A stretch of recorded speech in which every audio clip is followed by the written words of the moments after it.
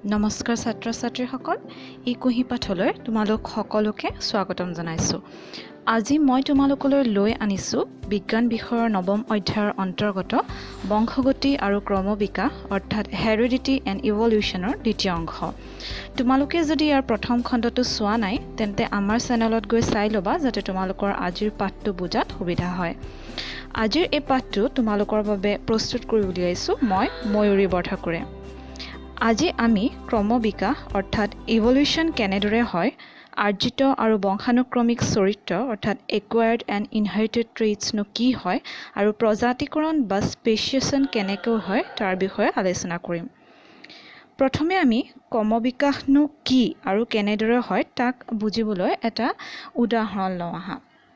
এতিয়া আমি যদি 12টামান গুবৰুৱা দলৰ কথা বিবেচনা কৰোঁ, তেতিয়া আমি ধৰি ল'লোঁ যে সিহঁতে এজোপা জোপোহা গছত বসবাস কৰে আৰু সিহঁতৰ জনসংখ্যা যৌন প্ৰজননৰ যোগেদি বৃদ্ধি হয় আৰু সেইবাবে সিহঁতৰ মাজত বৈসাদৃশ্যতাও পৰিলক্ষিত হয়। ধৰি লোৱা যে এই গুবৰুৱাবিলাকক কাউৰীয়ে ভক্ষণ কৰে। কাউৰীয়ে যিমানেই ভক্ষণ কৰিব সিমানেই সিহঁতৰ জনসংখ্যা টুটি আহিব আৰু এনে এক অৱস্থাৰ সৃষ্টি হ'ব যে সিহঁতৰ মাজত বংশ বিস্তাৰৰ বাবে অতি নগণ্য সংখ্যক হৈ থাকিবগৈ। এতিয়া আমি এটা বেলেগ পৰিস্থিতিৰ কথা ভাবোঁ। ধৰা হ'ল প্ৰথম পৰিস্থিতি আমি এতিয়া ধৰিছোঁ যে সিহঁতৰ মাজতে প্ৰজনন ঘটাৰ ফলত কি হৈছে, মানে সিহঁতৰ সৃষ্টি হোৱা সতি সন্ততিবিলাকৰ মাজতো ৰঙৰ পাৰ্থক্য এটা ধৰা পৰিছে। মানে গুবৰুৱাসমূহ নিজৰ মাজতে প্ৰজনন ঘটাৰ ফলত সিহঁতৰ কিন্তু কি হৈছে, ৰঙৰ পাৰ্থক্য ধৰা পৰিছে। ৰঙৰ পাৰ্থক্য ধৰা পৰি কি হ'ব, সেইটো হ'ল যে এটা ৰঙা গুবৰুৱাৰ সলনি সেউজীয়া বৰণৰ গুবৰুৱা পোৱা গৈছে আৰু এই গুবৰুৱাটোৱেও প্ৰজননৰ যোগেদি তাৰ সতি সন্ততিলৈ সেই সেউজীয়া ৰঙৰ চৰিত্ৰটো প্ৰবাহিত কৰা দেখা গৈছে। সেইবাবে সেই সেউজীয়া গুবৰুৱাটোৰ পৰৱৰ্তী প্ৰজন্মৰ সকলোবিলাক সতি সন্ততিয়ে সেউজীয়া হোৱা পৰিলক্ষিত হৈছে। ইয়াত তোমালোকে মন কৰিছা চাগে, যিখিনি গুবৰুৱা আছে সেইখিনি গোটেইখিনি সেউজীয়া হোৱা পৰিলক্ষিত হৈছে। এতিয়া যিহেতু এই সকলোবিলাক গুবৰুৱা সেউজীয়া গছৰ পাতত বসবাস কৰি আহিছে, সেয়েহে সেউজীয়া বৰ্ণৰ গুবৰুৱাবিলাক কাউৰীৰ দৃষ্টিগোচৰ নোহোৱা বাবে সেইবিলাকক ভক্ষণ কৰা নাই। ইয়াৰ ফলাফল কি হ'বগৈ পাৰে বাৰু? ইয়াৰ ফলাফল সেউজীয়া বৰ্ণৰ গুবৰুৱাবিলাক কাউৰীৰ দৃষ্টিগোচৰ নোহোৱা বাবে সিহঁতৰ জনসংখ্যাসমূহ ক্ৰমান্বয়ে বৃদ্ধি পাই থাকিব পাৰে। ইয়াত দেখিছা তোমালোকে সেউজীয়া বৃদ্ধি পাই গৈছে আৰু সেউজীয়া বেছি হৈ গৈছে। ইয়াতে ৰঙাৰ তুলনাত সেউজীয়া আহিব আৰু কাউৰীয়ে কি হ'ব, ৰঙাক ভক্ষণ কৰিব, কাৰণ ৰঙা দৃষ্টিগোচৰ হৈছে। ফলত ৰঙাকেইটা যদি গোটেইকেইটা কাউৰীয়ে গোটেই ৰঙাখিনিক ভক্ষণ কৰি শেষ কৰি পেলাই, ধৰা এটুকু খালে এটুকু খালে এটুকু খালে, ফলত কি হৈছে, ৰঙা গুবৰুৱা নাইকিয়া হৈ যাব আৰু সেউজীয়া যিহেতু কাউৰীটোৰ দৃষ্টিগোচৰ হোৱা নাই, সেউজীয়াতে সেউজীয়া আছে কাৰণে ধৰিব পৰা নাই, ফলত সেউজীয়াৰ জনসংখ্যা কি হৈ যাব, মানে ৰঙাতকৈ বেছি হৈ যাব। গোটেইখিনি খাই দিছে চোৱা, ফলত কি হৈছে, ৰঙাসমূহ নাইকিয়া হৈ গ'ল। দেখিলা? এতিয়া আমি চাওঁ আহা দ্বিতীয় পৰিস্থিতি এটা কথা। এতিয়া ধৰা হ'ল যে প্ৰজননৰ ফলত পুনৰ ৰঙৰ বৈসাদৃশ্যতা পৰিলক্ষিত হৈছে। এইবাৰ আকৌ ৰঙা বৰ্ণৰ গুবৰুৱাৰ পৰা আমি ধৰি ল'লোঁ যে সেউজীয়া নহয় পেলাই নীলা বৰ্ণৰহে কি হ'ল, গুবৰুৱাৰ সৃষ্টি হ'ল।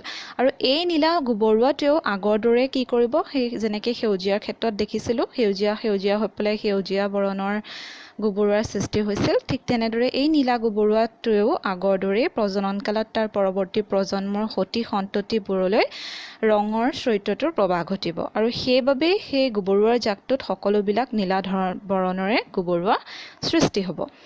এইবাৰ কাউৰীয়ে সেউজীয়া জোপোহা গছৰ পাতত বসবাস কৰা ৰঙা গুবৰুৱাৰ লগতে নীলা গুবৰুৱাবোৰকো দেখা পাব, কাৰণ ৰঙা গুবৰুৱাৰো সেই সেউজীয়া পাতত ধুনীয়াকৈ দেখা পোৱা গৈছে আৰু নীলাখিনিও ধুনীয়াকৈ দেখা পোৱা গৈছে। গতিকে কাউৰী যদি আহে তেতিয়াহ'লে ৰঙাকো খাব আৰু নীলাকো খাব। ফলত কি হৈ যাব, সমানে সিহঁতৰ জনসংখ্যাৰ হ্ৰাস ঘটিব। মানে নীলাও যেনেকৈ জনসংখ্যা কমিব, ঠিক তেনেদৰে ৰঙাৰো কমিব। আগৰ পৰিস্থিতিটোত কিন্তু সেউজীয়া বাঢ়ি গৈছিল, ৰঙাহে কমি গৈছিল, কাৰণ সেউজীয়াবোৰ কাউৰীটোৱে দেখা নাপাইছিল। এতিয়া কি হ'ল যে সিহঁতৰ বৰ্ধিত জনসংখ্যা কম হৈ গোটেইখিনি ধৰণৰ দুবিধ ৰঙা আৰু নীলা গোবৰুৱাখিনিয়ে কাউৰীয়ে ভক্ষণ কৰিলে যদিও ধৰা হ'ল যে এনে সময়তে এটা হাতীয়ে সেই নিৰ্দিষ্ট গোবৰুৱা বসবাস কৰা জোপোহা গছজোপাত তাৰ ভৰিৰ খোজ পৰিল। সেই হাতীটো আহিলে আৰু হাতীটো কি হ'ল, এজোপা জোপোহা গছ, ইয়াত অকণমান বেছি ডাঙৰ নিচিনা দেখা গৈছে, কিন্তু হাতীটো আহিলে আৰু হাতীটো কি হ'ল, সেই গছজোপা ধৰা গছকি গ'ল। এজোপা বৃক্ষ নহয় দেই, কাৰণ বৃক্ষ সদায় ওখ হয়, বহুত ডাঙৰ হয়। এজোপা জোপোহা মানে মাটিতে ধৰা আছে আৰু তাতে গোবৰুৱাকেইটা আছে, জোপোহা গছ। আৰু হাতীটো পাৰ হৈ যাওঁতে কি হ'ল, এই গছজোপাতে তাৰ ভৰি পৰিলে, ফলত কি হ'ল, গোবৰুৱাবোৰ মৰি থাকিব, কাৰণ গোবৰুৱাবোৰতো বহুত সৰু। আৰু সৌভাগ্যবশতঃ যিমানখিনি গোবৰুৱা সেই হাতীটোৱে গছকিলে তাৰ কিন্তু থাকি যোৱাৰ ভিতৰত মানে ৰঙা সকলোৱে মৰি গ'ল আৰু অকল কেইটামান কি হ'ল, নীলা গোবৰুৱা থাকি গ'ল। এতিয়া কথা হ'ল, ইয়াৰ পৰা জলপটকৈ দেখা পোৱা গৈছে যে দুয়োটা পৰিস্থিতিতে সিহঁতৰ জনসংখ্যাৰ মাজত যিটো বিৰল বৈসাদৃশ্যতাৰ প্ৰাদুৰ্ভাৱ ঘটিছিল, সেই বৈশিষ্ট্যটো সিহঁতৰ সাধাৰণ চাৰিত্ৰিক বৈশিষ্ট্য হিচাপে পৰিগণিত হৈছিল। আমি এই দুয়োটা পৰিস্থিতিতে এটা মন কৰিবলগীয়া পাৰ্থক্য আছে। প্ৰথম পৰিস্থিতিটোৰ ক্ষেত্ৰত কি হৈছিল যে জীয়াই থকাৰ সুবিধা লাভ কৰাৰ সুযোগতে সৃষ্টি হোৱা বৈসাদৃশ্যতা বিশিষ্ট চৰিত্ৰটো পিছৰ সাধাৰণ চাৰিত্ৰিক বৈশিষ্ট্য হিচাপে পৰিগণিত হৈছিল। অৰ্থাৎ প্ৰাকৃতিকভাৱে নিৰ্বাচিত হোৱা পৰিঘটনা বুলি আমি ক'ব পাৰোঁ। আমি দেখা পাইছিলোঁ যে কাউৰীৰ দ্বাৰা প্ৰাকৃতিকভাৱে সেই পৰিঘটনাটো ৰূপায়িত হৈছিল। আৰু যদি তাত বহুত সংখ্যক কি হৈছে কাউৰী থাকিলেহেঁতেন, তেতিয়া সেই কাউৰীবোৰে কি কৰিব, তাত বেছিকৈ খালেহেঁতেন, চবকে, গোবৰুৱাবোৰক, ৰঙা নীলা চবকে খালেহেঁতেন। আৰু তাত সেউজীয়া বৰণৰ গোবৰুৱাৰ সংখ্যা বহুত বাঢ়ি গ'লহেঁতেন, কাৰণ কাউৰীবোৰে কি হ'লহেঁতেন, সেউজীয়াবোৰক নেদেখিলেহেঁতেন। ৰঙা হওক, ইয়াত যদি ৰঙা গোবৰুৱাও থাকিলেহেঁতেন তেতিয়াও খালেহেঁতেন, আৰু নীলাটোকোতো খাব, কিন্তু কাউৰীবোৰে যিহেতু সেউজীয়াত থকাৰ কাৰণে নেদেখিব, আৰু ফলস্বৰূপে সেউজীয়াৰ সংখ্যা মানে তুলনামূলকভাৱে বাঢ়ি যাব আৰু এইবোৰ কি হৈ যাব, কমি যাব।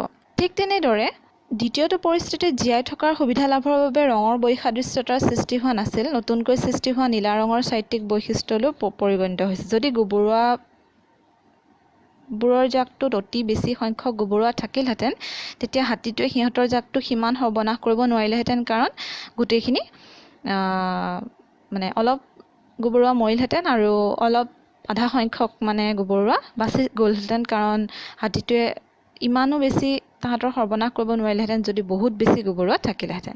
এতিয়া আমি আৰু এটা তৃতীয় কথা এটা বিবেচনা কৰি চাওঁ। এই ক্ষেত্ৰত ধৰি লোৱা, যেতিয়া গোবৰুৱাৰ জাকটো জনসংখ্যা বাঢ়ি আহিছিল, ঠিক সেই সময়তে কি হ'ব, ধৰা যোনজোপা গছত সেই গোবৰুৱাকেইটা আছিল, সেই গছজোপা ধৰা বেমাৰ হ'বলৈ আৰম্ভ কৰিলে। আৰু এই গছবিলাকত বেমাৰ আক্ৰমণ কৰাৰ ফলত গোবৰুৱাই খাদ্য হিচাপে ব্যৱহাৰ কৰা গছৰ পাতৰ সংখ্যাও নিশ্চয়কৈ কমি যাব। ইয়াৰ ফলত গোবৰুৱাবিলাক কি হ'ব, পুষ্টিৰ অভাৱ ঘটিব। পুষ্টিৰ অভাৱ ঘটাৰ ফলত সেই গোবৰুৱাবিলাকবোৰ কি হ'ব, সিহঁতৰ ওজন কি হৈ যাব, ওজনবোৰ কমি আহিব, হয়নে? ওজনটো কমি আহিলে এতিয়া কথা হ'ল, যদি এই মানে বহুত বছৰ অতিক্ৰম কৰাৰ ফলত এই যদি গোবৰুৱাবিলাক মানে যিখিনি গছত ভক্ষণ কৰিছিল, সেই গছবিলাক যদি আকৌ ভাল হৈ যায় গছজোপা, তেতিয়াহ'লে কি হ'ব পাৰে বাৰু, তোমালোকে ভাবি চোৱাচোন।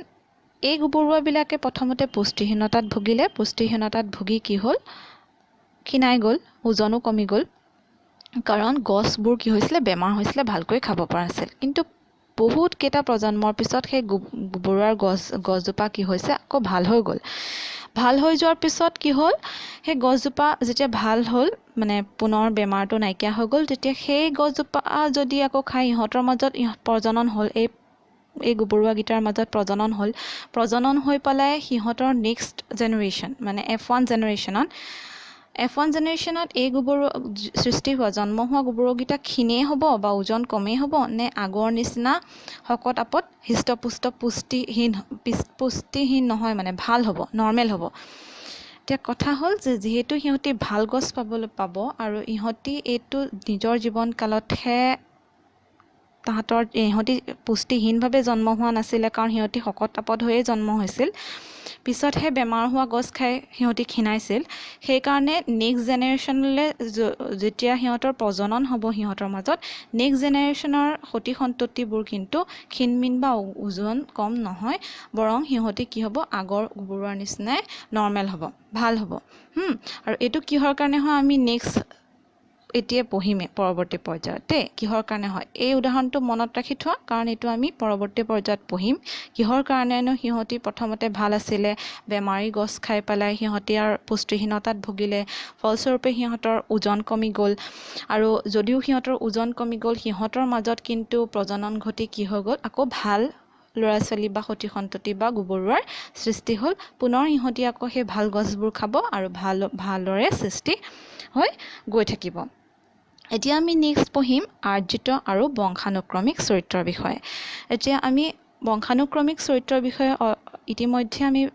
প্ৰথম যিটো ভিডিঅ' আছিলে আমাৰ লেকচাৰ তাত পঢ়িছিলোঁ তথাপিতো ইয়াত মই এবাৰ কৈ দিছোঁ পুনৰবাৰ যিবিলাক চাৰিত্ৰিক বৈশিষ্ট্য বংশানুক্ৰমিকভাৱে এটা প্ৰজন্মৰ পৰা পৰৱৰ্তী প্ৰজন্মলৈ প্ৰবাহিত হয় এইটো মনত ৰাখিবা পৰৱৰ্তী প্ৰজন্মলৈ প্ৰবাহিত হয় সেইবোৰক বংশানুক্ৰমিক চৰিত্ৰ বোলে যেনেকৈ মই প্ৰথমটো ভিডিঅ'ত কৈছিলোঁ তোমালোকে নাইচোৱা যদি চাই ল'বা যে আমি আমাৰ মা দেউতাৰ নিচিনা অকণমান দেখিবলৈ একেই সেইকাৰণে আমাক সেইবোৰ বংশানুক্ৰমিক চৰিত্ৰ আমি মাৰ নিচিনা বা আমি ছোৱালী দেউতাৰ নিচিনা বুলি কয় যে সেইখিনি হৈছে বংশানুক্ৰমিক চৰিত্ৰ যিখিনি বংশ অনুসৰে আমি জন্মতেই পাইছিলোঁ লাভ কৰিছিলোঁ এতিয়া কথা হ'ল ইয়াত যদি আমি গুবৰুৱাৰ ক্ষেত্ৰত চাওঁ নীলা গুবৰুৱা আৰু নীলা গুবৰুৱাৰ মাজত প্ৰজনন ঘটি আমি নীলা গুবৰুৱাৰ সৃষ্টি হোৱা দেখিবলৈ পাইছিলোঁ অৰ্থাৎ বংশ অনুসৰি সিহঁতৰ সেই চৰিত্ৰসমূহ প্ৰবাহিত হোৱা দেখা গৈছে এতিয়া আমি চাওঁ আহা আৰ্জিত বা একুৱায়াৰ্ড ট্ৰেইটছনো কাক কয় প্ৰথমটো আছিলে বংশানুক্ৰমিক বা ইনহেৰিটেড ট্ৰেইটছ আৰু এইটো হৈছে আৰ্জিত বা একুৱায়াৰ্ড ট্ৰেইটছ যিবোৰ চৰিত্ৰ কোনো জীৱৰ জীৱনকালত অনুশীলনী বা অভ্যাসৰ দ্বাৰা আৰ্জিত হয় আৰু সেই চৰিত্ৰবোৰ পৰৱৰ্তী প্ৰজন্মলৈ প্ৰবাহিত নহয় এইটো মনত ৰাখিবা আৰ্জিতখিনি কেতিয়াও পৰৱৰ্তী প্ৰজন্মলৈ প্ৰবাহিত নহয় কিন্তু বংশানুক্ৰমিক যিটো চৰিত্ৰ আছিলে বা ইনহেৰিটেড ট্ৰেইটছ আছিলে সেইটো কিন্তু প্ৰবাহিত হয় আগত আমি যিটো পালোঁ এই আৰ্জিত বা একুৱায়াৰ্ড ট্ৰেইটছবোৰ কিন্তু পৰৱৰ্তী প্ৰজন্মলৈ প্ৰবাহিত নহয় এইটোকে আমি এতিয়া বুজিবলৈ এটা উদাহৰণ ল'ব পাৰোঁ যে সেই আমি ৰঙা গুবৰুৱাটো যে পাইছিলোঁ যোনটোৱে বেমাৰী গছ খাই পেলাই ক্ষীণ হৈ গৈছিল বা পুষ্টিহীনতাত ভুগিছিল সেইটো পুষ্টিহীনতাত ভোগা পুষ্টিহীন হিচাপে সি যিহেতু জন্ম হোৱা নাছিল সি তাৰ জীৱনকালতহে বেমাৰী গছ খাই পেলাই কি হ'ল ক্ষীণাই গৈছিল ফলত তাৰ সেই যিটো চৰিত্ৰ জীৱনকালত লাভ কৰা যিটো চৰিত্ৰ ক্ষীণাই যোৱা পুষ্টিহীন চৰিত্ৰটো তাৰ প্ৰজনন হোৱাৰ ফলত নেক্সট প্ৰজন্মলৈ মানে পৰৱৰ্তী প্ৰজন্মলৈ প্ৰবাহিত নহৈছিল সেইটো কাৰণে নেক্সট জেনেৰেশ্যনত F1 জেনেৰেশ্যনত পুনৰ কি হৈছিলে শকতাপত ভাল গুবৰুৱাই আমি পাইছিলোঁ আৰু এটা খুব ধুনীয়া উদাহৰণ লৈ আমি এই আৰ্জিত বা একুৱায়াৰ্ড ট্ৰেইটছটো বিবেচনা কৰিব পাৰোঁ সেইটো তোমালোকে চোৱা যদি আমি নিগনি কেইটামান লওঁ সেই নিগনিকেইটাৰ মাজত প্ৰজনন কৰিবলৈ দিলে আমি সিহঁতৰ মাজত যদি প্ৰজনন কৰিবলৈ দিওঁ ঠিক তেনেকৈ নেজ থকা নিগনিয়ে সৃষ্টি হৈছে ধুনীয়াকৈ কাণ দুখন আছে নেজ আছে ঠিক তেনেদৰে সেইকেইটাৰ মাজত পুনৰ আকৌ প্ৰজনন ঘটিলে পুনৰ আকৌ তেনেকুৱা নেজ থকা কাণ থকা ধুনীয়া একেধৰণৰ নিগনিয়ে সৃষ্টি হ'ল হয়নে এতিয়া ইহঁতে জন্মতে নেজ থকা কাণ থকা চকু থকা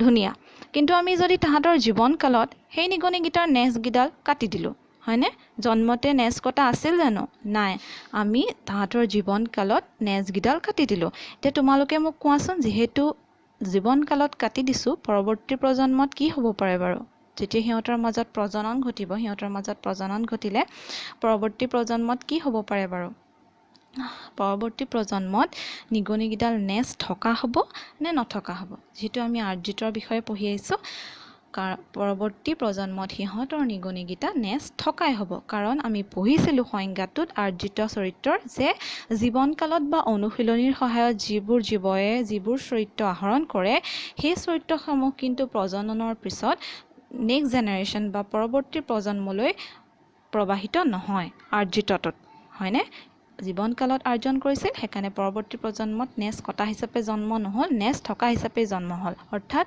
আৰ্জিত ট্ৰেইটছবোৰ বা আৰ্জিত চৰিত্ৰবোৰ একুৱায়াৰ্ড ট্ৰেইটছবোৰ জিনে নিয়ন্ত্ৰণ নকৰে, জিনৰ সাল সলনি ঘটাব নোৱাৰে তাৰ ক্ষেত্ৰত। ঠিক তেনেদৰে এতিয়া নেক্সট আমি চাওঁ ক্ৰমবিকাশৰ বিভিন্ন মানে ঘটনা পৰিঘটনা কোনে দিছিল কেনেকুৱা ধৰণৰ। এতিয়া এজন বিজ্ঞানী আছে, তেখেতৰ নাম হৈছে চাৰ্লছ ৰবাৰ্ট ডাৰউইন। তেখেতে ক্ৰমবিকাশৰ সূত্ৰ দিছিল আৰু তেখেতক আমি প্ৰায়ে ক্ৰমবিকাশৰ সূত্ৰৰ লগত জড়িত হিচাপে তেখেতৰ পৰিচয় আছে। তেখেত এজন বিজ্ঞানী আছিল। চাৰ্লছ ৰবাৰ্ট ডাৰউইনে 12 বছৰ বয়সতে সমুদ্ৰ যাত্ৰা এটা কৰিবলৈ সুবিধা লাভ কৰিছিল। মনত ৰাখিবা 22 বছৰ বয়সতে তেওঁ সমুদ্ৰ যাত্ৰা কৰিবলৈ সুবিধা লাভ কৰিছিল। আৰু এই 5 বছৰীয়া কালৰ সমুদ্ৰ যাত্ৰাটোত মানে 5 বছৰৰ কাৰণে তেওঁ সমুদ্ৰ যাত্ৰা কৰিছিল। তেওঁ দক্ষিণ আমেৰিকা আৰু ইয়াৰ উপকূলীয় অঞ্চলৰ লগতে বিভিন্ন দ্বীপপুঞ্জবিলাকত ভৰি দি প্ৰকৃতিৰ ওপৰত গৱেষণামূলক অধ্যয়ন কৰিছিল। তেখেতৰ এই সমুদ্ৰ যাত্ৰা কালৰ অধ্যয়নৰ ফলশ্ৰুতিত পৃথিৱীত আমি দেখি থকা জীৱকুলৰ ওপৰত থকা ধাৰণা সাল সলনি হৈ গৈছিল। আমোদজনক কথা যে তেখেতে ইংলেণ্ডলৈ ঘূৰি অহাৰ পাছতো সমুদ্ৰৰ উপকূলীয় অঞ্চলৰ কথাবোৰ পাহৰি যোৱা নাছিল। তেওঁ ঘৰলৈ ঘূৰি আহিছিল, কিন্তু সমুদ্ৰ যাত্ৰা যে কৰিলে, উপকূলত কি দেখিলে সেইবোৰ পাহৰি যোৱা নাছিল। আৰু তেখেতে ঘৰতে থাকি বিভিন্ন পৰীক্ষা নিৰীক্ষা কৰি জীৱৰ ক্ৰমবিকাশ যে প্ৰাকৃতিক নিৰ্বাচন যোগে সাধন হয় তাক প্ৰতিপন্ন কৰি সূত্ৰ দাঙি ধৰিছিল। আৰু সেয়েহে আমি তেখেতৰ নাম প্ৰায়ে ক্ৰমবিকাশৰ সূত্ৰৰ লগত জড়িত হিচাপে জানো। আৰু তেখেত এজন নিপুণ প্ৰকৃতিবিদ আছিল আৰু তেখেতে অধ্যয়ন কৰা এটা প্ৰধান বিষয়বস্তু আছিলে মাটি সাৰুৱা কৰাত কেঁচুৰ ভূমিকা। এইটো মনত ৰাখিবা, মাটি সাৰুৱা কৰাত কেঁচুৰ ভূমিকা। এতিয়া আমি চাওঁ পৃথিৱীতনো জীৱৰ উৎপত্তি কেনেদৰে হৈছিল। এতিয়া ডাৰউইনৰ ক্ৰমবিকাশৰ সূত্ৰে আমাক জানিবলৈ দিয়ে যে জীৱবিলাক ক্ৰমবিকাশৰ যোগেদি সিহঁতৰ দেহৰ সৰল গঠন পৰ্যায়ৰ পৰা জটিল পৰ্যায়লৈকে পৰিৱৰ্তন হয় আৰু প্ৰথমতে 1929 চনত JBS হেলডেন নামৰ তেখেত এজন ব্ৰিটিছ বিজ্ঞানী আছিল। তেখেত কিন্তু পিছলৈ ভাৰতীয় নাগৰিকত্ব তেখেতে লাভ কৰিছিল। তেখেতে উনুকিয়াইছিল যে পৃথিৱীখন সৃষ্টি হোৱাৰ পাছত তাত বিৰাজ কৰি থকা কিছুমান সৰল অজৈব পদাৰ্থৰ পৰা কি হৈছিলে মানে জীৱৰ সৃষ্টি হৈছিলে বুলি কৈছিলে। তেখেতে কিছুমান অনুমানৰ ভিত্তিত ব্যাখ্যা কৰিছিলে যে বৰ্তমান কালত পৃথিৱীখনৰ বাতাবৰণতকৈ ইয়াৰ উৎপত্তি কালত বিৰাজমান হৈ থকা বাতাবৰণৰ মাজত বহুত তাৰতম্য আছিল। মানে এতিয়া যেনেকুৱা পৃথিৱীখন তেতিয়া তেনেকুৱা নাছিল বুলি কৈছে। আৰু তেখেতে কৈছিলে যে ৰাসায়নিক কিছুমান পদাৰ্থৰ সংশ্লেষণৰ ফলত মানে সেই ৰাসায়নিক কিছুমান পদাৰ্থ ইটোৰ সিটোৰ গাত লগ লাগি আদিম জীৱৰ কি হৈছিলে আবিৰ্ভাৱ হৈছিল।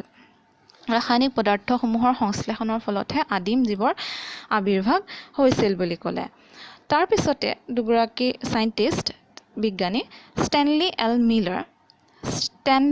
এল মিলাৰ আৰু হেল্ড চি ইউৰে আৰু মিলাৰ নামৰ বিজ্ঞানিক দুজনে পৰীক্ষাৰ দ্বাৰা এই জীৱৰ উৎপত্তি সম্বন্ধে কিছুমান ব্যাখ্যা আগবঢ়াইছিল। তেওঁলোকে কি কৈছিলে, এই ইউৰে আৰু ষ্টেনলি এল মিলাৰ আৰু ইউৰিয়ে তেওঁ কিছুমান পৰীক্ষামূলক অধ্যয়ন কৰিবলৈ এটা সঁজুলি নিৰ্মাণ কৰিছিলে। সেই সঁজুলিটো তোমালোকে ইয়াত দেখিবা। সঁজুলিটো কি কৰিছিলে, তেওঁলোকে মানে সেই জীৱৰ উৎপত্তি সম্পৰ্কে ব্যাখ্যা কৰিবৰ কাৰণে তাতে কি কৰিছিলে, সেই সঁজুলিটোত 100 ডিগ্ৰী চেণ্টিগ্ৰেড উষ্ণতাত মানে কিছুমান গেছীয় পদাৰ্থ 100 ডিগ্ৰী চেণ্টিগ্ৰেড উষ্ণতাত কি কৰিছিলে গেছীয় পদাৰ্থ কিছুমান তেওঁলোকে ৰাখিছিলে। আৰু সেই পদাৰ্থসমূহ আছিলে পানী, এমনিয়া, মিথেন আৰু হাইড্ৰজেন ছালফাইড। ইয়াত কিন্তু অক্সিজেন নাছিলে দেই, পানী আছিলে, এমনিয়া, মিথেন, হাইড্ৰজেন ছালফাইড আছিলে। আৰু আমি আচৰিত কথা, আমি এতিয়া কিন্তু অক্সিজেন অবিহনে আমি জীয়াই থাকিব নোৱাৰোঁ। ইয়াত কিন্তু অক্সিজেন তেওঁলোকে লোৱা নাছিলে, মাত্ৰ পানী, এমনিয়া, মিথেন আৰু হাইড্ৰজেন ছালফাইড লৈছিলে। 100 ডিগ্ৰী চেণ্টিগ্ৰেড উষ্ণতাত তেওঁ বইল কৰি দিছিলে আৰু এই গোটেই সঁজুলিটোৰ মাজেদিয়ে বৈদ্যুতিক প্ৰবাহ হ'বলৈ দিছিলে। দেখিছা, বৈদ্যুতিক প্ৰবাহ হ'বলৈ দিছে, প্লাছ মাইনাছ এনকেইটা দেখিছা। বৈদ্যুতিক প্ৰবাহ হ'বলৈ দিওঁতে তেওঁলোকে দেখিছিলে যে এই যে গেছীয় পদাৰ্থৰ মাজেৰে বৈদ্যুতিক প্ৰবাহ ঘটিছে, বৈদ্যুতিক প্ৰবাহ ঘটিলে তেওঁলোকে দেখিছিলে যে এইবোৰত এমাইনো এচিড, প্ৰটিন তেনেকুৱা ধৰণৰ বস্তুবোৰৰ মানে সংশ্লেষণ হৈছে। এমাইনো এচিড ওলাইছে, প্ৰটিন ওলাইছে, তেনেকুৱা ধৰণৰ সেইবিলাকৰ সৃষ্টি হৈছিলে। আৰু তাৰ পৰাই তেওঁলোকে গম পালে যে এনেদৰেই যদি শুদ্ধ হয়, ইয়াত যদি এমাইনো এচিড বা প্ৰটিন সংশ্লেষণ হৈছে, তেতিয়াহ'লে পৃথিৱীত নতুনকৈ জীৱৰ সৃষ্টি হোৱাৰ মানে সম্ভাৱনা আছে। কাৰণ আমি এতিয়া আমাৰ দেহত কি থাকে? প্ৰটিন, এমাইনো এচিড, ফেটি এচিড, লিপিড সেইবোৰ থাকে। মানে প্ৰটিন আমাক লাগেই জীৱৰ। তাৰমানে ইয়াত কি হ'ব? জৈৱ পদাৰ্থৰ সৃষ্টি হ'ব। তেওঁলোকে সেই পৰীক্ষামূলকভাৱে এটা মানে ইয়াত বজ্ৰপাতৰ নিচিনা পৰিৱেশ, মানে জীৱ দেহৰ কাৰণে উপযোগী এটা পৰিৱেশ সৃষ্টি কৰি পেলাই সেই তেনেকুৱা পাইছিলে। তাত কিন্তু মনত ৰাখিব, অক্সিজেন দিয়া নাছিলে তেওঁলোকে। ত' এই জীৱৰ উৎপত্তিৰ বিষয়ে তেনেকৈ ব্যাখ্যামূলক পৰীক্ষামূলক অধ্যয়ন এই দুজন বৈজ্ঞানিকে দিছিলে। এতিয়া আমি এটা নতুন বস্তুৰ বিষয়ে আলোচনা কৰিম, সেইটো হৈছে প্ৰজাতিকৰণ বা স্পেচিয়েশ্যন। এতিয়া প্ৰজাতিকৰণ বা স্পেচিয়েশ্যননো কি হয় সেইটোৰ বিষয়ে জানিবলৈ আমি উদাহৰণ লওঁ। ঠিক গোবৰুৱাৰ উদাহৰণটোৱে ল'লোঁ। এতিয়া কথা হ'ল যে আমি যেতিয়া গোবৰুৱা চাইছিলোঁ, তেতিয়া ৰঙা গোবৰৰ মাজত প্ৰজনন ঘটি সেউজীয়া গোবৰুৱা হৈছিল। পুনৰ সেউজীয়াৰ মাজত প্ৰজনন ঘটি সেউজীয়া হৈছিল। আকৌ ঠিক তেনেদৰে এবাৰ দেখিছিলোঁ যে ৰঙাৰ মাজত প্ৰজনন গৈ নীলাও হৈছিল। এতিয়া ৰঙা আৰু সেউজীয়াৰ মাজত যদি প্ৰজনন হয়, তেতিয়াহ'লে সেইটো একে প্ৰজাতি বুলিয়ে ক'ব। কিন্তু যদি ৰঙা আৰু সেউজীয়াৰ মাজত প্ৰজনন নহয়, কেতিয়াও হ'ব নোৱাৰে। গোবৰুৱাই হয়, কিন্তু ৰঙা গোবৰুৱা আৰু সেউজীয়া গোবৰুৱাৰ মাজত যদি প্ৰজনন নহয়, তেতিয়াহ'লে কিন্তু ইহঁতক বেলেগ প্ৰজাতি বুলিহে কোৱা হ'ব। একে প্ৰজাতি বুলি নক'ব। যদিও গোবৰুৱা এবিধ প্ৰজাতি, তো তথাপিতো সিহঁতৰ মাজত প্ৰজনন হ'লেহে কিন্তু প্ৰজাতি একেবিধ বুলি কয়। মানে প্ৰজাতি সেইবিধ জীৱই হ'ব পাৰিব যাৰ মাজত সিহঁতৰ নিজৰ মাজতে প্ৰজনন হ'ব পাৰিব আৰু সতি সন্ততি জন্ম দিব পাৰিব লাগিব। ধৰা হওক, যদি আমি মানুহৰ ক্ষেত্ৰত ধৰোঁ, মানুহৰ প্ৰজনন হ'লেহে কি হয়? সতি সন্ততিৰ জন্ম হয়। ঠিক বান্দৰ আৰু বান্দৰৰ মানে প্ৰজনন যদি হয়, তেতিয়া সেইবিধ বান্দৰ এবিধ প্ৰজাতি হ'ব। ঠিক গোবৰুৱাৰ মাজত প্ৰজনন হ'লে সিহঁতি এবিধ প্ৰজাতি। কিন্তু গোবৰুৱাই বেলেগ যদি হৈ যায়, কিছুমান ৰঙা, কিছুমান নীলা, কিছুমান সেউজীয়া, আৰু সিহঁতৰ মাজত প্ৰজনন হ'ব পাৰে, তেতিয়াহ'লে সিহঁতি একেবিধ প্ৰজাতি।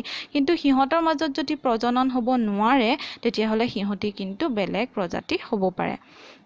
এতিয়া আমি ধুনীয়া এটা উদাহৰণৰ সহায়ত বুজিবলৈ চেষ্টা কৰিম। এতিয়া আমি চাওঁ যে প্ৰজাতিকৰণৰ ক্ষেত্ৰত যিখিনি মানে গোবৰুৱাবিলাক যদি আমি এবিধ পৰ্বতীয়া অঞ্চলত মানে বিয়পাই দিওঁ, ধৰা গোবৰুৱাসমূহ কি হৈছে? বিভিন্ন ধৰণৰ গোবৰুৱা পৰ্বতীয়া অঞ্চলত আছে, সিহঁতৰ মাজতে প্ৰজনন হ'ল, সিহঁতৰ মাজতে এইবোৰ প্ৰজনন হ'ল।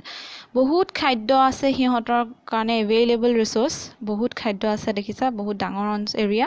চ' সিহঁতে প্ৰজনন হৈ কিছুমান গোবৰুৱাৰ মানে গোটৰ সৃষ্টি কৰিব। এইবোৰ দেখিছানে?